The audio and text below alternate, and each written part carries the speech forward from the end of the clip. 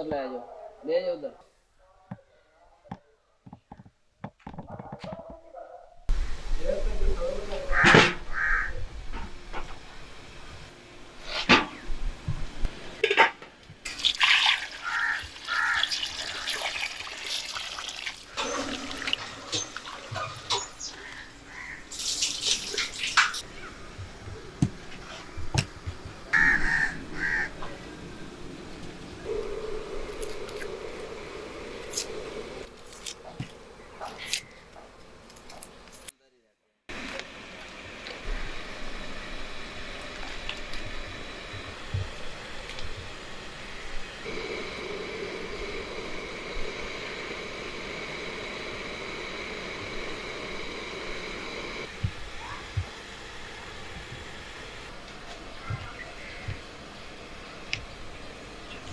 पहले जी हमने नमक डाला है, या अब इसके अंदर हम हल्दी डाल देंगे।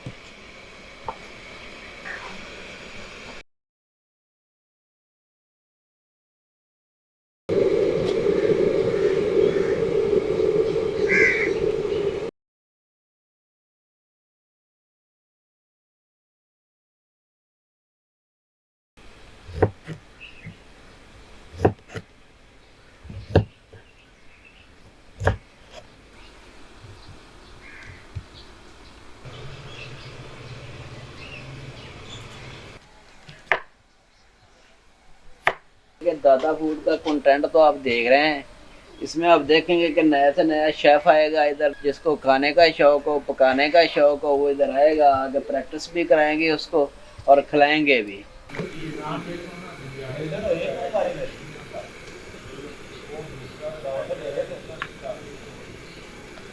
भजन वेखो सूप साड़ा बिल्कुल जड़ा तैयार हो गया, आखिरी मरले ते पहुंच गए ते गोश्त भी चेक कर लेने हुण जी, गलिया है कि गलिया है। लो जी माशाल्लाह गोश्त बड़ा बेहतरीन गल गया है ते सूप हुण असीं इहदे चों कड्ढने आ, वो मेहमानां दे अगे रखने आ।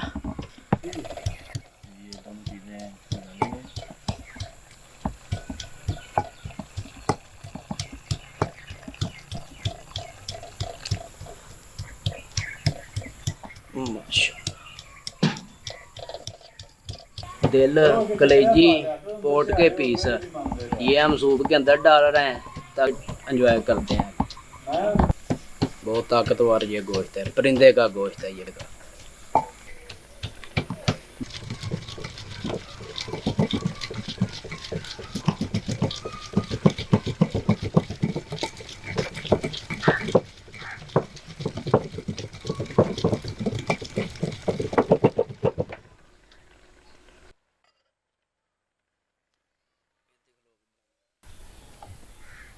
जिदा भी होवे चलेगा।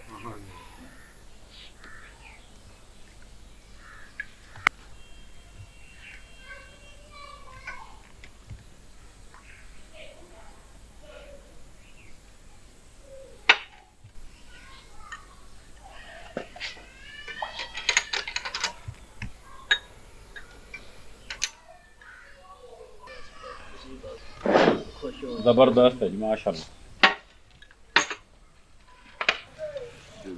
टॉप की यखनी, क्या बात। हाँ जी कैसा टेस्ट है? माशाल्लाह जी माशाल्लाह, बेहतरीन दाताफूड। चांदी भाई बहुत अच्छी चीज़ है, वेरी गुड, माशाल्लाह बहुत जबरदस्त लग रहा है, क्या बात है, बहुत टेस्टी, बड़ी अच्छी, हाँ बहुत आला, जबरदस्त, हेल्दी तकसीर ये बाकी ताकत भी बहुत है। आला भाई, हाँ, बहुत बहुत ज्यादा बात। जबरदस्त, बहुत अच्छी यखनी तैयार है ना, जबरदस्त। और वैसे पी के तुम देखो चम्मच तो बगैर भी मैं पी रहा था, मैं तीसरी बारी अपना देगा तीसरा प्याला नहीं नहीं फिलहाल तो पहले ही प्याला, लेकिन मैं ना 3 मौकिਆਂ ਦੇ पी चुके हैं, वाह गुड्डा गुड्डे भी है 3 ਵਾਰੀ ਮੁਖਤਲੇ ਬਣੀ।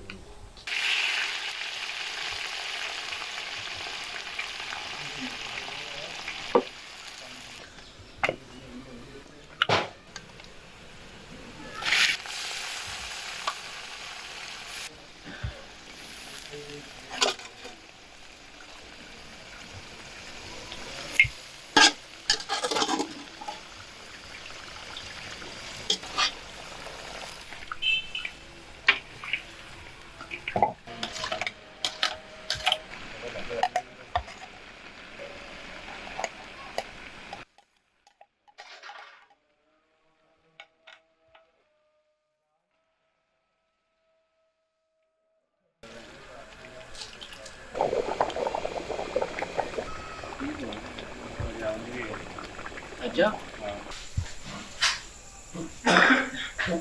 ਇਹ ਬਣਾਦਾ ਆਪੇ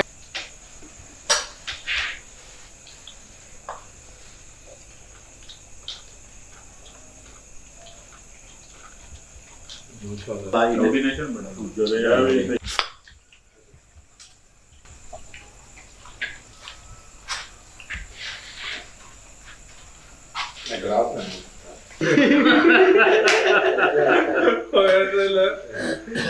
ले जी खाना खाने के बाद हम मुंह मीठा करेंगे और शुक्र अदा करेंगे अल्लाह पाक का।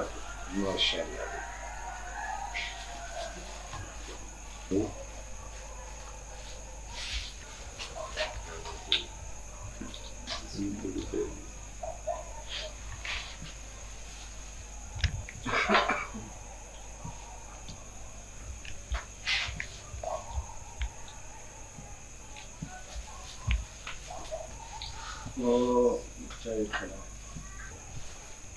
ਭਾਰੀ ਆ ਉਹ ਪੂਰਾ ਭਾਰੀ ਮੇਰੇ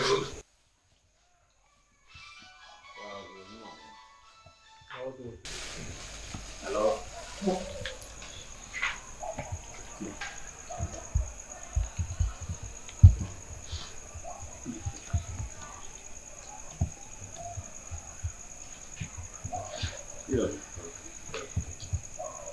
ਅੱਲਾ ਖਵਾੜਾ ਲਿਆਂਦੀ